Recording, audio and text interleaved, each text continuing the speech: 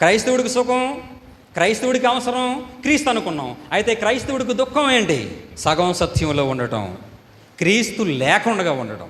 క్రీస్తు లేకుండా ఉండటం అంటే అర్థం ఏమిటో తెలుసా?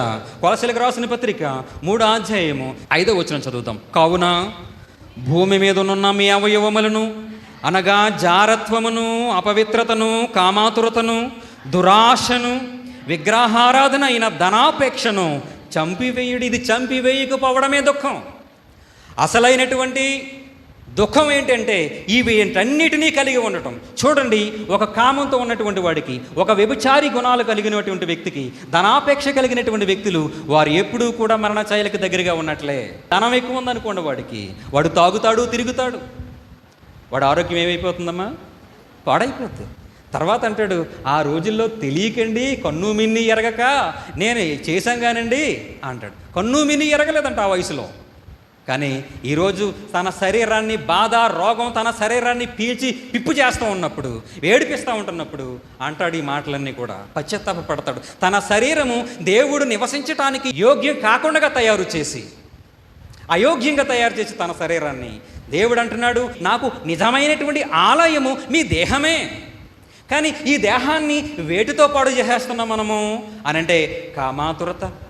మీ అవయవములు అంటే మీ చెయ్యి, కాలు ఎలా కనబడుతున్నాయి నాకు అనంటే, మీ చెయ్యిని చూస్తుంటే నాకు ఏం కనబడుతుందట? జారత్వం కనబడుతుంది. మీ ముఖం చూస్తుంటే నాకు ఏం కనబడుతుంది? జారత్వం కనబడుతుంది. మిమ్మల్ని చూస్తుంటే నాకు ఏం కనబడుతుంది? మీలో అపవిత్రత కనబడుతుంది. మిమ్మల్ని చూస్తుంటే నాకు ఏం కనబడుతుంది? కామాతురత కనబడుతుంది. మీరుగా కనబడట్లేదట. మీరు ఎలా కనబడుతున్నారట? జారత్వం, కామాతురత, అపవిత్రత, దురాశ, విగ్రహారాధన, ధనాపేక్ష, వీటన్నిటితో కనబడుతున్నారు మీరు. ఇవన్నీ ఉన్నాయి కాబట్టే మీలో చంపమంటున్నాడు పౌలు ఇక్కడ. లేకపోతే చంపే అవకాశం లేదు. ఉన్నాయి కాబట్టి చంపాల్సినటువంటి అవసరం ఉంది. అయితే మనము లోకాన్ని ఎక్కువగా పట్టుకుని మనలో పెట్టుకుంటున్నాం.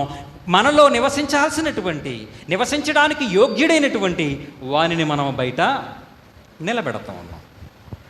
బయట నిలబెట్టాల్సినటువంటి వాడు క్రీస్తు కాదు. బయటికి వదిలేయాల్సింది సత్యము కాదు. బయట వదిలేయాల్సింది అబద్ధమును, అసత్యమును, అపవిత్రతను, కామాతురతను. మనలో నింపుకోవాల్సింది క్రీస్తును. మనం నింపుకోవాల్సింది వదిలేసుకుంటున్నాం.